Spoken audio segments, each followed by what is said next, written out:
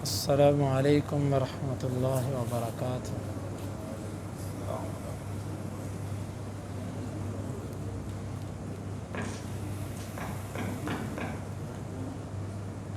سورۃ الانفال آیت نمبر 30۔ اعوذ باللہ السمیع العلیم من الشیطان الرجیم من ہمزہ ونفخہ ونفثہ۔ وَإِذْ اور جب یمکر بک چال چل رہے تھے آپ کے بارے میں الذین وہ لوگ کفروا جنہوں نے کفر کیا لیثبتوک تاکہ وہ آپ کو قید کر دیں او یقتلوک یا وہ آپ کو قتل کر دیں او یخرجوک یا وہ آپ کو نکال دیں وَيَمْكُرُونَ اور وہ چالیں چل رہے تھے وَيَمْكُرُ اللَّهُ اور اللہ بھی چال چل رہا تھا وَاللَّهُ خَيْرُ الْمَاكِرِينَ اور اللہ چال چلنے والوں میں بہترین ہے۔ وَإِذْ يَمْكُرُ بِكَ الَّذِينَ كَفَرُوا اور جب کافر آپ کے بارے میں چالیں چل رہے تھے لِيُثْبِتُوكَ أَوْ يَقْتُلُوكَ أَوْ يُخْرِجُوكَ تاکہ وہ آپ کو قید کر دیں یا آپ کو قتل کر دیں یا آپ کو نکال دیں۔ وَيَمْكُرُونَ وَيَمْكُرُ اللَّهُ وَاللَّهُ خَيْرُ الْمَاكِرِينَ اور وہ چالیں چل رہے تھے اور اللہ بھی تدبیر کر رہا تھا اور اللہ بہترین تدبیر کرنے والا ہے۔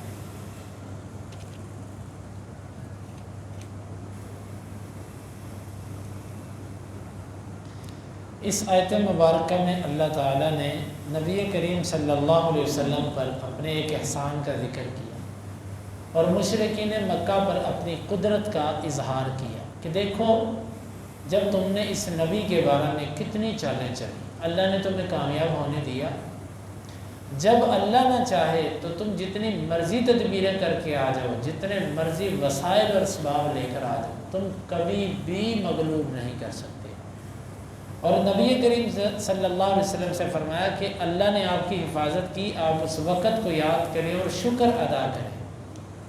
یہ وقت وہی ہے کہ جب مشرکین مکہ اکٹھے ہوئے اور آپس کے اندر طے یہ کیا کہ اس نبی کے بارے میں کیا کریں۔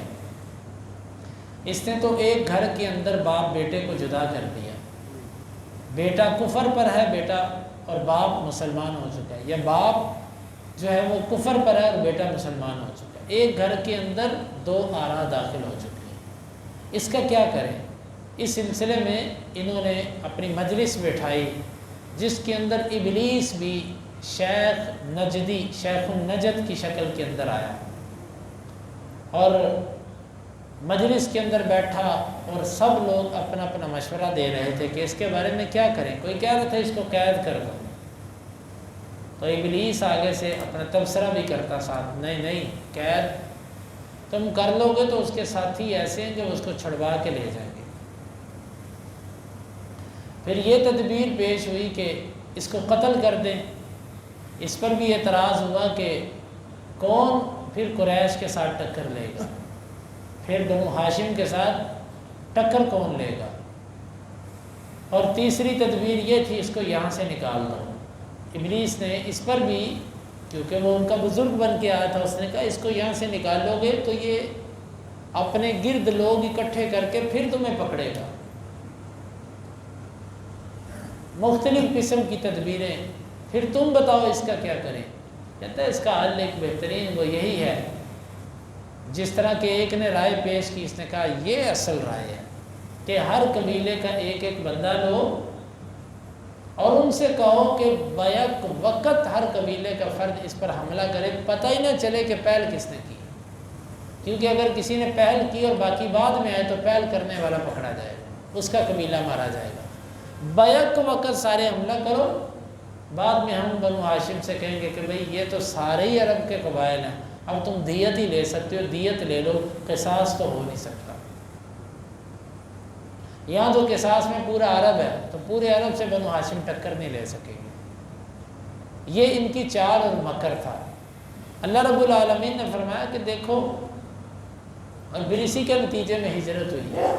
اسی رات نبی کریم صلی اللہ علیہ وسلم سے اللہ نے فرمایا کہ آپ یہاں سے نکل جائیے، چلے جائیے، اور آپ صلی اللہ علیہ وسلم نے اس رات علی رضی اللہ عنہ کو اپنے بستر پہ لٹایا اور ان سے کہا کہ صبح لوگوں کی امانتیں واپس کر دینا۔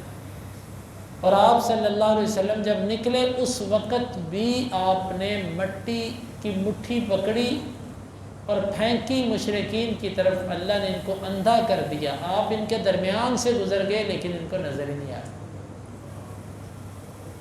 اللہ تعالیٰ نے آپ کو نکالا، اور یہ جب گئے آپ صلی اللہ علیہ وسلم کے گھر قتل کی نیت سے، تو انہوں نے جب چادر اتاری دیکھا تو علی رضی اللہ عنہ تھے۔ پوچھا ان کے اوپر کوئی سختی کی، کدھر ہے نبی تیرا بتا؟ تو کہا کہ وہ تو یعنی کہ ہجرت کے لیے نکل گئے۔ تو یوں اللہ تعالیٰ نے ان کو ذلیل و رسوا کیا۔ اللہ تعالیٰ نے اس آیت میں اسی کی طرف اشارہ کیا کہ آپ اس واقعے کو یاد کریں جب یہ آپ کے بارے میں تدبیریں کر رہے تھے، تو اللہ تعالیٰ نے ایسی ان کے ساتھ چال چلی، اور اللہ بہترین چال چلنے والا ہے کہ یہ اپنی چالوں کے اندر اپنی تدبیروں میں ناکام ہوں گے۔ یہ آیت مبارکہ ہمیں ایک بات سمجھاتی ہے۔ پہلی بات یہ ہے کہ جب تک اللہ تعالیٰ کسی کی حفاظت نہ کرے، کوئی اپنے آپ کو بچا نہیں سکتا۔ کوئی نبی ہو، کوئی ولی ہو، کوئی کتنی بھی طاقتوری ہستی ہو، اللہ تعالیٰ اگر اس کو بچائے تو وہ بچتا ہے۔ یہاں پر اللہ تعالیٰ نے اس چیز کو بطور احسان ذکر کیا۔ اور دوسری بات یہ ہے، کافر کی چال اور اس کی تدبیر، اس سے کبھی بھی گھبرانا نہیں چاہیے۔ اگر آپ کا اللہ تعالیٰ سے تعلق مضبوط ہے تو ان کی چالوں پر اللہ کی چال غالب ہے۔ اللہ تعالیٰ کی مدد آنے میں بعض دفعہ دیر ہوتی ہے، اور دیر ہونے کی جو وجہ ہوتی ہے نا، وہ ہمارے اعمال کی شامت ہوتی ہے۔